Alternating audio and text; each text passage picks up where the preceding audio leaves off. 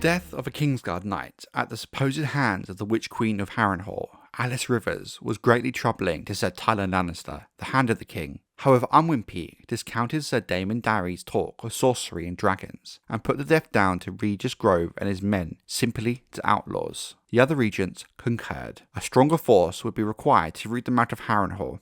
That much was clear, they concluded, as that peaceful year of 132 AC came to its end. But before Sir Tyland could organise such an assault, or even consider who might take Sir Regis's place in Aegon 7, a threat far worse than any Witch Queen descended on the city. From the third day of 133 AC, the winter fever arrived in King's Landing. Whether or not the fever had been born in the dark forests of Ib, or brought to Westeros by a whaler, as the sister men had believed, it was most certainly at this point moving from port to port up and down the narrow sea. White Harbour, Goldtown, Maidenpool, and Duskendale had been afflicted. Each in turn, there were reports that Braavos was being ravaged as well, along with many of the other free cities. The first sign of this disease was a red flush of the face, easily mistaken for the bright red cheeks that many men exhibit after exposure to the frosty air of the cold winter's day. But a fever followed. It would be slight in its onset, but rising, never stopping. Bloodletting did not soften the sickness, nor garlic or any of the other various potions or wise tales that were tried. Some even went as far as packing the afflicted in barrels of snow and icy water. This did seem to slow the course of the fever, but did not halt it in its entirety. By the second day, the victims would begin to shiver violently, complaining of being cold, though they might feel burning hot if you dared to touch them. On the third day, they had become delirious with a bloody sweat, and on the fourth, the person was dead, as would be for the case of many. However, if she managed to outlast the illness on the fourth day, be on the path to survival and recovery on the fifth. 1 in 4 survived the winter fever. Nor since the shivers that ravaged Westeros during the reign of King Jaehaera I had such terrible pestilence been seen in the Seven Kingdoms. In King's Landing, the first sign of the fatal plague was seen along the riverside docks amongst the sailors, the ferrymen, fishmongers, dockers, and wharfside whores who lived and plied their trades beside the Blackwater Rush. Before most had even realised they were ill, they had already spread the contagion through every part of the city, to the rich and poor alike. When word reached the Red Keep, Grand Maester Munkin went himself to examine those afflicted, to find out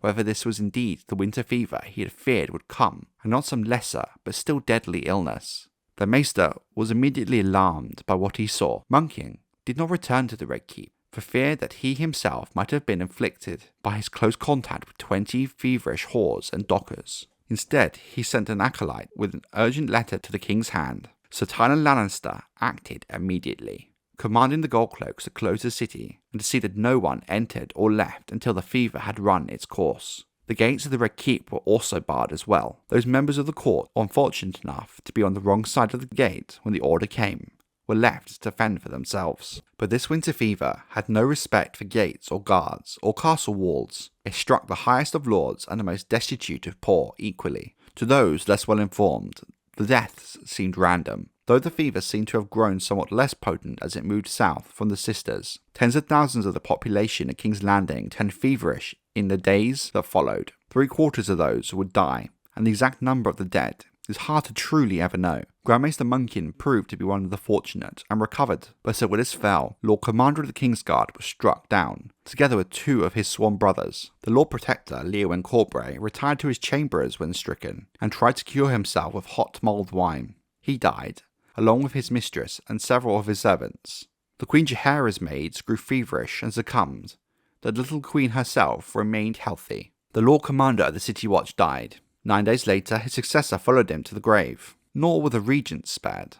Lord Westerling and Lord Moulton both grew gravely ill. Lord Moulton's fever broke and he survived, though much weakened. In truth, he would never fully recover. Ronald Westerling, a much older man, perished. One death from the winter fever may have been, in truth, a mercy. The Dowager Queen Alicent, second wife to King Viserys I, and mother to his sons Aegon, Aemond and Daeron, and his daughter Helena, died on the same night as Lord Westerling. Before she passed, she insisted on confessing her sins to her sceptre. Though still reasonably young herself, she'd outlived all of her children, and this in itself broke the very soul of the Queen. She had spent the last year of her life confined to her apartments in Maegor's Holdfast, with no company but her sceptre, the serving girl who brought her food, and the guard outside her door. Books were given to her and needles and thread, but her guards said Alicent spent more time weeping than reading or sewing. One day she ripped all her clothing into pieces. By the end of the year, she had taken to talking to herself and had come to develop a deep aversion to the colour green.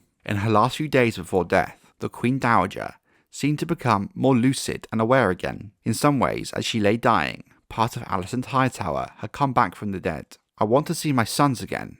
Aegon, Aemond and Daeron," she told the scepter. "And Helena, my sweet girl too. Oh, and it'd be nice to see the old King Jaehaera once more. I will read to him as I did when I was a little girl. He used to say I had a lovely voice." How accurate her final words are is debatable, as some have rightly pointed out how strange it is that in her final hours, Queen Alicent spoke often of her children and grandchildren, of the old King Jaehaera, but never once her beloved husband, King Viserys. The stranger came for her on a rainy night at the hour of the wolf. Alicent Hightower would forever be remembered in history for her role and actions in the disastrous Dance of the Dragons. While many will remember the victims of the tragedy of the Civil War, perhaps existence was harder for those who were left behind. Countless men, such as Tyland Lannister, suffered grievous wounds visible to all those who looked upon them, but many would suffer the sort of wounds a person cannot see, and these would haunt their existence.